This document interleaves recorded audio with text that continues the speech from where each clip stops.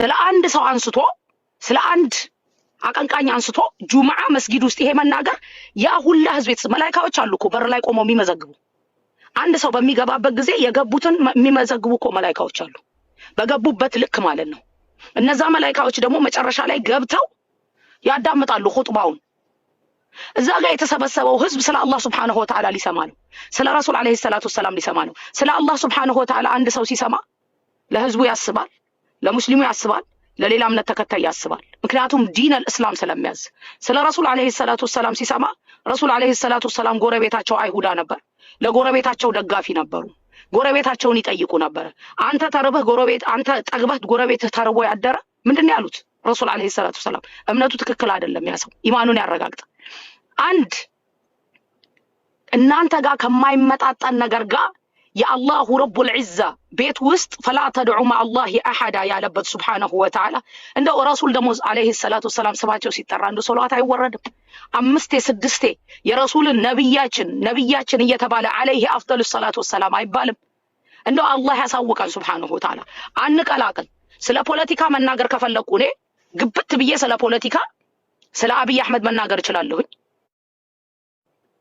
ስለ ተቀመጡት እናገራለሁ።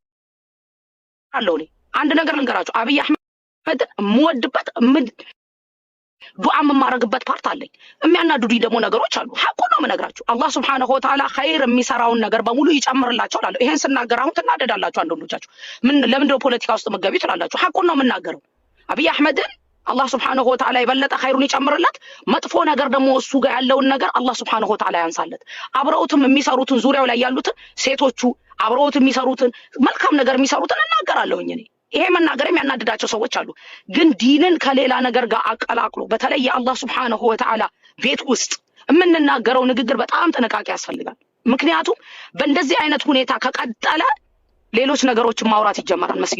መስጊድ ውስጥ ጁምዓ አንድ ሰው የሚሰበሰበው ቀልቡን ለማደስ ጁምዓ ማለት የቂያማ ቀን የሚቆምበት ቀን ነው። ጁምዓ ነው የቂያማ ቀን የሚቆመው።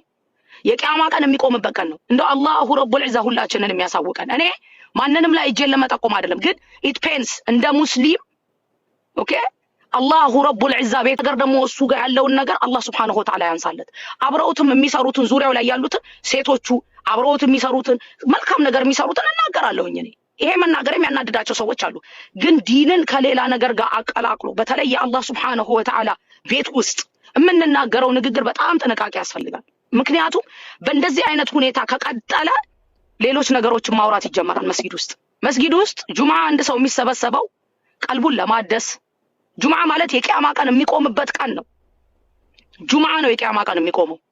የቂያማ ቀን የሚቆምበት ቀን ነው። እንደው አላሁ ረቡል ዒዛ ሁላችንን የሚያሳውቀን። እኔ ማንንም ላይ እጄን ለመጠቆም አይደለም፣ ግን ኢት ፔንስ እንደ ሙስሊም ኦኬ። አላሁ ረቡል ዒዛ ቤት